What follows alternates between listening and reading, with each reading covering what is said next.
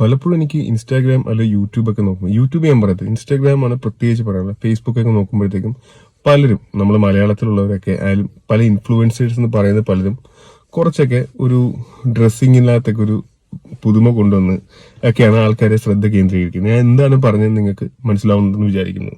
So അതിന്റെ ഒരു extreme version ഇത്തവണ നടന്നായിരുന്നു. ഗ്രാമി അവാർഡ്സിലാണ് ഇത്തവണ സംഭവം നടന്നത്.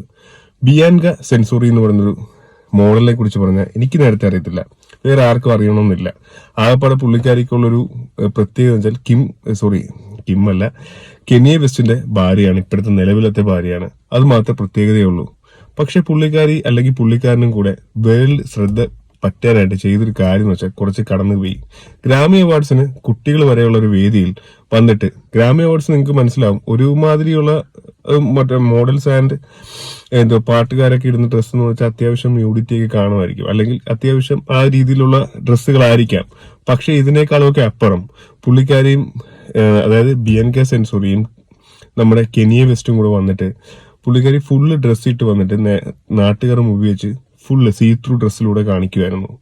അങ്ങനെ ആൾക്കാർ മുമ്പിൽ അക്ഷരാർത്ഥത്തിൽ പറയുകയാണെങ്കിൽ ന്യൂഡായിട്ട് തന്നെ മുന്നിൽ നിന്നു. അതെന്തായാലും വൻ ശ്രദ്ധ പിടിച്ചു പറ്റിയിട്ടുണ്ട്. ഇങ്ങേ അറ്റത്തുള്ള ഞാൻ വരെ അറിഞ്ഞു. അതുപോലെ എല്ലാവരും, ഒരുമാതിരിപ്പെട്ട എല്ലാവർക്കും ഇപ്പൊ ഈ പുള്ളിക്കാരുടെ പേര് പറഞ്ഞാൽ മനസ്സിലാവും. സോ ഈ ഒരു ട്രെൻഡാണ് എനിക്ക് തോന്നുന്നു ഇപ്പൊ കത്തി വന്നുകൊണ്ടിരിക്കുന്നത്.